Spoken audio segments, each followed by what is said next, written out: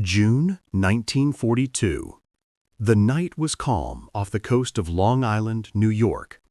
A German submarine, U-202, rose slowly from the depths of the Atlantic. Its hatch opened, and the cold ocean air rushed in. One by one, 4 men climbed out onto the deck, dressed in German Navy uniforms. They lowered rubber rafts into the dark waves and began to paddle toward the American shore. They were not soldiers in the traditional sense. They were saboteurs. Their mission, known as Operation Pastorius, had been personally approved by Adolf Hitler. Its goal was simple and terrifying: bring the war to the United States. In the summer of 1942, the world was still burning. Nazi Germany was at its peak of power. France had fallen. The Luftwaffe still ruled the skies over Europe, and German U-boats prowled the Atlantic, sinking Allied ships almost daily. But across the ocean, America had joined the fight. Factories in New York, Chicago, and Detroit were producing tanks, airplanes, and ammunition at a scale Hitler could never match. To strike back, Germany decided to hit the U.S. where it hurt most, inside its own borders. The operation was named after Franz Daniel Pastorius, the founder of the first German settlement in America, a symbolic nod to German roots on American soil. But its purpose was destruction, not heritage. The plan was designed by Walter Koppe, an officer of the Abwehr, the military intelligence service. Koppe had once lived in the United States. He knew the language, the culture, and the geography. He believed that with the right men, Germany could plant fear deep within the heart of America. 8 agents were selected. All had lived in the U.S. before the war. They spoke perfect English, knew American customs, and could blend in easily. Their names were George Dash, Ernst Berger, Herbert Haupt, Heinrich Heinck, Richard Quirin, Edward Curling, Hermann Neubauer, and Werner Thiel. They were divided into 2 teams of 4. Team 1, led by George John Dash, would land in Amaganettes, Long Island, New York, and operate in New York. Team 2, under Edward Curling, would land near Ponte Vedra Beach, Florida, and target the southern industrial region. Their orders were explicit: blow up railroads, aluminum factories, hydroelectric plants, and locks on the Ohio River. Destroy the factories producing aircraft engines. Paralyze the American war machine.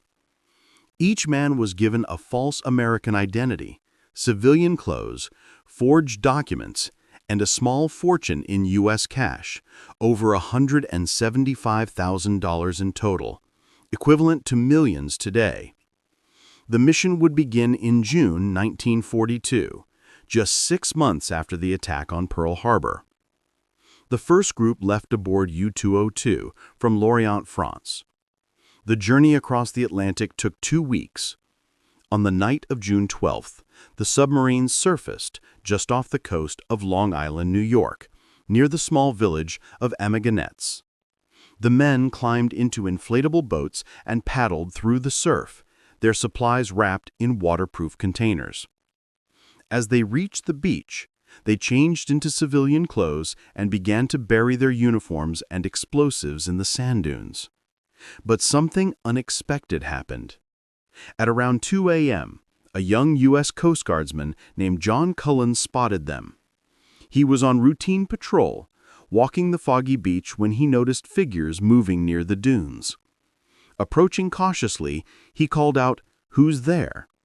George Dash stepped forward.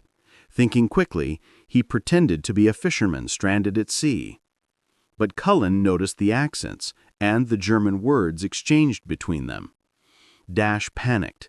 He pulled out a handful of bills, $260 in cash, and shoved them into Cullen's hand.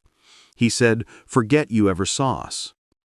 Cullen pretended to agree, but as soon as he left, he ran back to his station and raised the alarm. By dawn, the beach was surrounded by U.S. forces. When they dug through the sand, They found crates of explosives, detonators, and German uniforms. Operation Pastorius had already begun to unravel. But the saboteurs were gone. They had boarded a train to New York City, where they checked into hotels under false names. Dash himself stayed at the Governor Clinton Hotel near Penn Station.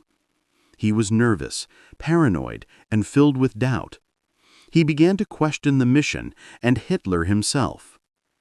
Meanwhile, the second submarine, U-584, landed 4 days later on June 17th near Ponte Vedra Beach, Florida. Curling's team made it ashore undetected and took a train to Cincinnati, then Chicago.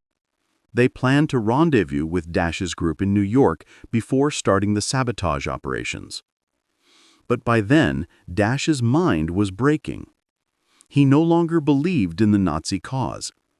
He told his partner, Ernst Berger, that he wanted to turn himself in. Berger, who had also lost faith in Hitler after being imprisoned by the Gestapo years earlier, agreed. On June 19th, Dash walked into the FBI office in Washington, D.C. He demanded to see Director J. Edgar Hoover. The receptionist refused. Frustrated, Dash reached into his briefcase and pulled out $84,000 in cash, the funds for the mission, and threw it on the desk. He said, "I am a German saboteur. I want to speak to Mr. Hoover." At first, the FBI thought he was insane, but within hours they realized he was telling the truth. Over the next several days, Dash confessed everything: names, locations, and plans. Within 2 weeks, all 8 saboteurs were under arrest. The operation that was supposed to paralyze America had completely collapsed, not because of the FBI's brilliance, but because of betrayal within the Nazi ranks. Publicly, the FBI hailed it as one of their greatest victories. Posters declared, "The FBI foils Nazi plot on U.S. soil." J. Edgar Hoover took personal credit, though in reality, the arrests had been handed to him on a silver platter. President Franklin D. Roosevelt was furious that the men had ever made it ashore. He demanded swift justice. A special military tribunal was convened in Washington, the first of its kind in modern American history. The trial began on July 8, 1942, inside the Department of Justice building, in total secrecy. The 8 men were tried before a panel of 7 generals. They were not allowed civilian lawyers, and their fate was already decided. The proceedings lasted just 3 weeks. All 8 were found guilty of espionage and sabotage. 6 of them, Curling, Heinck, Quirin, Neubauer, Thiel, and Haupt, were sentenced to death. Dash and Berger, the 2 who had confessed and cooperated, were spared execution but sentenced to long prison terms.